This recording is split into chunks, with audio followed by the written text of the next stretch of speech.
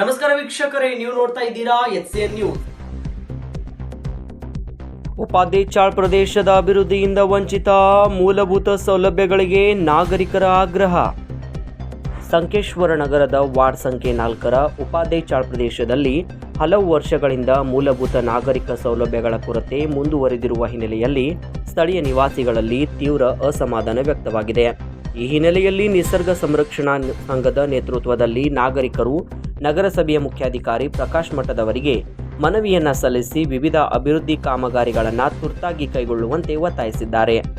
ಮನವಿಯಲ್ಲಿ ತಿಳಿಸಿರುವಂತೆ ಉಪಾಧಿ ಚಾಳ್ ಪ್ರದೇಶದಲ್ಲಿ ಕಳೆದ ಕೆಲವು ವರ್ಷಗಳಲ್ಲಿ ಹೊಸ ಲೇಔಟ್ಗಳು ಹಾಗೂ ವಸತಿ ಗೃಹಗಳ ಸಂಖ್ಯೆ ಗಣನೀಯವಾಗಿ ಹೆಚ್ಚಳವಾಗಿದೆ.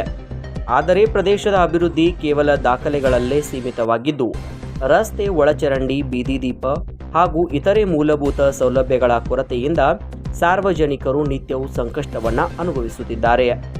ಹಳೆಯ PB ರಸ್ತೆಯಿಂದ ಪತ್ರಿಬನದವರೆಗೆ ಡಾಂಬರಿ ರಸ್ತೆ ನಿರ್ಮಿಸಬೇಕು ಹಾಗೂ ರಸ್ತೆಯ ಎರಡೂ ಬದಿಗಳಲ್ಲಿ ಒಳಚರಂಡಿ ವ್ಯವಸ್ಥೆ ಕಲ್ಪಿಸಬೇಕು ಎಂಬುದು ಪ್ರಮುಖ ಬೇಡಿಕೆಯಾಗಿದೆ.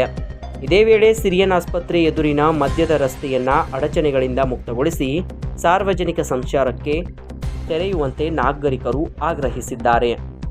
ಡಾಕ್ಟರ್ ಅಲೆಕ್ಸಾಂಡರ್ ಮ್ಯಾಥ್ಯೂ ಅಭಿವೃದ್ಧಿಪಡಿಸಿರುವ ಸುಮಾರು 86 ಪ್ಲಾಟ್ಗಳ ಪ್ರದೇಶದಲ್ಲಿ ರಸ್ತೆ ಹಾಗೂ ನೀರು ಹರಿವಿನ ಸಂಪರ್ಕ ವ್ಯವಸ್ಥೆ ಇಲ್ಲದ ಕಾರಣ ನಿವಾಸಿಗಳು ಹಲವು ತೊಂದರೆಗಳನ್ನು ಎದುರಿಸುತ್ತಿದ್ದಾರೆ ಎಂದು ಮನವಿಯಲ್ಲಿ ಉಲ್ಲೇಖಿಸಲಾಗಿದೆ. ಅಲ್ಲದೆ ವಿರೂಪಾಕ್ಷ ಮಂಗಾಜ್ ಅವರ ಮನೆ ಸಮೀಪದ ವಿದ್ಯುತ್ ಕಂಬವನ್ನು ಸ್ಥಳಾಂತರಿಸುವುದು ಹಾಗೂ ಮುಖ್ಯ ರಸ್ತೆಯ ಮೇಲಿನ ಅತಿಕ್ರಮಗಳನ್ನು ತೆರವುಗೊಳಿಸಿ ಸಾರ್ವಜನಿಕರಿಗೆ ಸುಗಮ ಸಂಚಾರದ ವ್ಯವಸ್ಥೆ ಕಲ್ಪಿಸುವಂತೆ ಮನವಿಯನ್ನ ಮಾಡಲಾಗಿದೆ. ಈ ಹಿಂದೆ ಹಲವು ಬಾರಿ ಮೌಖಿಕ ದೂರುಗಳು ಹಾಗೂ ಲಿಖಿತ ಮನವಿಗಳನ್ನು ಸಲ್ಲಿಸಿದರೂ ಆಡಳಿತದಿಂದ ಯಾವುದೇ ಕ್ರಮ ಕೈಗೊಳ್ಳಲಾಗಿಲ್ಲ ಎಂದು ನಾಗರಿಕರು ಆರೋಪಿಸಿದ್ದಾರೆ.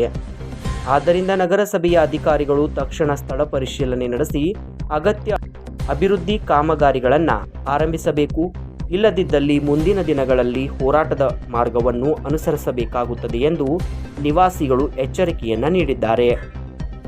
ಈ ಸಂದರ್ಭದಲ್ಲಿ ಚಂದ್ರಶೇಖರ್ ನಡಗದಲ್ಲಿ, ಪರವೇಶ್ ಸೋಲಾಪುರೆ, ರಾಜು ಕುಡ್ಚಿ, ಚಿದಾನಂದ್ ಮಂಗಾಜ್, ದಿಲೀಪ್ ಪಾಟೀಲ್, ಮಲ್ಲಾರಿ ಕುಲಕರ್ಣಿ, ಸಾಗರ್ ಎಕ್ಸಂಬಿ, ರಾಜು ದೇಸಾಯಿ, ಅರ್ಬಾಜ್ ಅಲ್ಲನ್, ಪಾಂಡುರಂಗ್ ಡಾವ್ರೆ, ಶಿವಪ್ಪ ಕುರ್ಬೇಟಿ ಸೇರಿದಂತೆ ಅನೇಕ ನಾಗರಿಕರು ಉಪಸ್ಥಿತರಿದ್ದರು. ಇಲ್ಲಿಗೆ ನಮ್ಮ ವಾರ್ತಾ ಪ್ರಸಾರ ಮುಕ್ತಾಯವಾಯಿತು. ಸ್ಥಳೀಯ ಸುದ್ದಿಗಳಿಗಾಗಿ ನೋಡ್ತಾ ಇರಿ HCN ನ್ಯೂಸ್.